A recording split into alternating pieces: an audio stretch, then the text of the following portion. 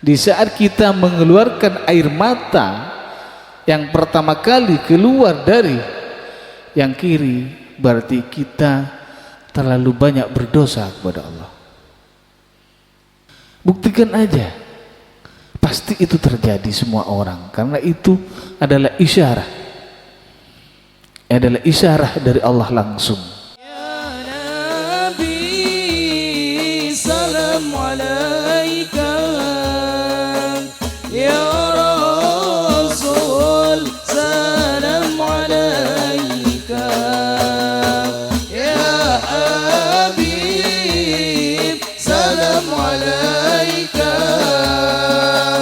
Salawatullah alaika. Kami sarankan kepada semua jemaah, di saat kita berzikir, bermunajat kepada Allah, sebisa mungkin kita harus ingat mati, sebisa mungkin, karena memang itu saran dari Rasulullah. Kita bayangkan bahwa kita akan mati hari esok. Dan saya sarankan juga, perlu diperhatikan kepada semua jemaah, di saat kita menangis, ini yang saya perlukan, maka saya selalu menghimbau kepada jemaah membayangkan bahwa kita akan mati hari esok. Di saat kita bisa menangis, di saat air mata kita keluar dari yang kiri pertama kali, ini perlu diperhatikan, karena ini adalah ilmu bagi kita pribadi, ilmu dan memang yang kenyataannya. Di saat kita mengeluarkan air mata yang pertama kali keluar dari yang kiri, berarti kita terlalu banyak berdosa kepada Allah. Ini perlu diperhatikan. Dan apabila air mata itu keluar dari yang kanan, maka kita otomatis pada saat ini juga kita dalam keadaan penuh ada bahagia dan lebih banyak kebaikan yang kita perbuat kepada Allah. Itu memang semua ulama sepakat yang seperti ini. Cuman saya bukan ingin menegutin jemaah semua, karena ini kan takdir. Untuk merubah takdir itu yang terjadi saat ini, maka kita harus merubah sejak di saat ini juga, karena takdir itu akan berubah dengan takdir yang lain. Walaupun kita sudah keluar dari mata yang kiri, air mata, makanya tangisannya sampeyan itu ditunggu sebetulnya. Banyak para malaikat menunggu. Bukan cuma saya yang menunggu, tapi semua malaikat menunggu tangisannya sampeyan, agar sampeyan menyadari tentang hal dan perilaku setiap harinya, baik itu masalah hati, baik itu masalah mata, baik itu masalah telinga. Karena berubahnya seseorang itu adalah dari dua hal kebanyakan. Kalau tiga hal, hidung itu sulit ikut campur. Paling-paling kalau cuman mencium yang tidak harum bisa keluar suara, tapi dari pandangan lewat dari mata bisa merubah iman, tapi dengan pendengaran juga bisa merubah iman. Ini pasti sudah akan terjadi, karena hawa nafsu itu yang ada di dalam diri kita tidak akan bisa melampaui dan tidak akan bisa lewat tanpa lewat dua arah ini. Makanya orang tuli dan orang buta itu imannya lebih kuat, karena cenderung kepada batinnya. Kita perlu keikhlasan, karena oleh Allah diberikan mata dan telinga.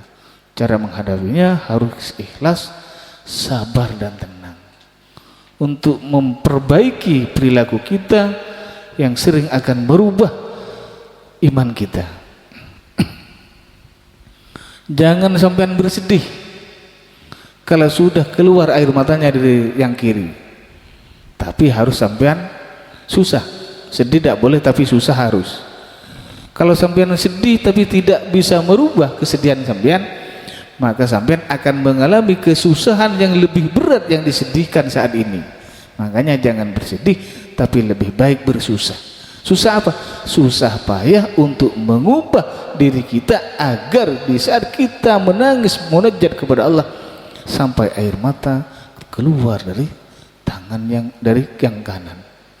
Karena ini bersangkut paut dengan perilaku, baik di dalam perilaku hal tentang fisik, juga perilaku masalah zikir tentang hati. Kenapa saya ingin jemaah saya seperti itu? Karena biar jemaah saya tahu bahwa kita itu bisa mengontrol diri kita pribadi tentang sebuah keberhasilan ibadah kita kepada Allah. Jangan susah, jangan bersedih nanti kalau sampean sudah keluar air matanya. Kenapa saya ini kok keluar dari yang kiri? Siapa? Oh, itu perilakunya sampean sendiri. Tapi jangan sampean terlalu larut dengan hal-hal semacam itu. Karena takdir itu bisa berubah dan bisa berubah kapanpun di saat kita merubahnya tentang perilaku. Ini tentang perilaku sebetulnya. Ini rahasia yang Allah berikan kepada manusia. Itu tidak terkecuali, semuanya akan mengalami. Saya pun juga mengalami seperti itu. Kalau sampean menangisi karena keluar dari yang kiri, lalu sampean tidak bisa merubah sampai kita menangis keluar dari yang kanan, sampean ini sangat menyedihkan. Bukan sedih, tapi sangat menyedihkan. Sampai kenapa menyedihkan? Karena sampean tidak mampu menjaga diri sampean, apalagi kepada keluarganya. Buktikan aja, pasti itu terjadi semua orang. Karena itu adalah isyarah dari Allah langsung kepada diri kita semua sebagai hamba-hamba Allah dan sebagai umat Rasulullah. Makanya saya sarankan, enak cuma mau nangis kan tidak bisa dibuat kalau dalam keadaan berzikir. Tapi sampean perlu ingat nanti kalau sudah keluar dari yang kanan, maka kita harus bersyukur kepada Allah agar tetap dipelihara perilaku kita, tindak tanduk kita setiap hari, setiap malam, setiap jam dan setiap menit, agar tetap dalam pengawasan Allah dan pengawasan Rasulullah sallallahu alaihi wasallam. Tapi di saat kita keluar dari air mata yang kiri, jangan bersedih, tapi kita harus banyak berzikir, jangan lupa bersolat. Takut sholatnya ngantuk, tidak dikerjakan karena sudah lewat. Padahal wajib itu bukan masalah lewat dan pas. Sebuah kewajiban itu bukan karena lewat waktu. Makanya istilah wajib bukan karena lepas waktu, tapi wajib melaksanakannya. Makanya dalam ilmu sholat ada qada, ada semuanya sudah diberikan oleh para ulama. Jangan karena zuhur ketiduran lalu sholat asar zuhurnya ditinggal. Ditanya oleh malaikat besok tidak bisa jawab, kenapa ditinggal? Wong semuanya sudah diberikan ilmunya. Makanya kita itu harus banyak belajar tentang hal-hal itu. Kenapa saya bahas sholat?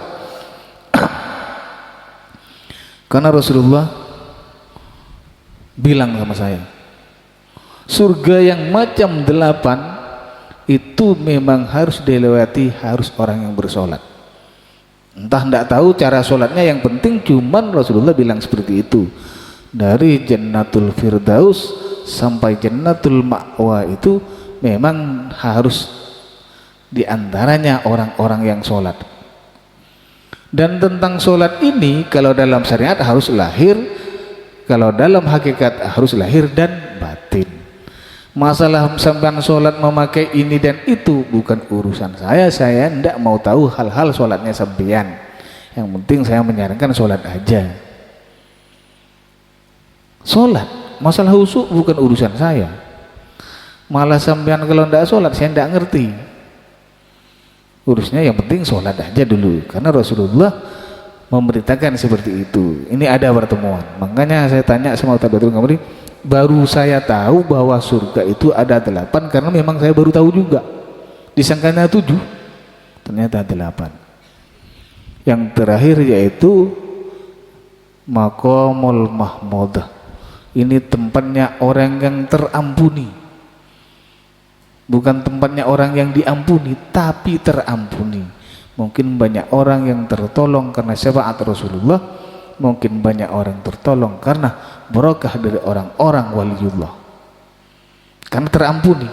Berarti kalau terampuni maksudnya karena ada orang yang diampuni. Pasti saya menilai seperti itu.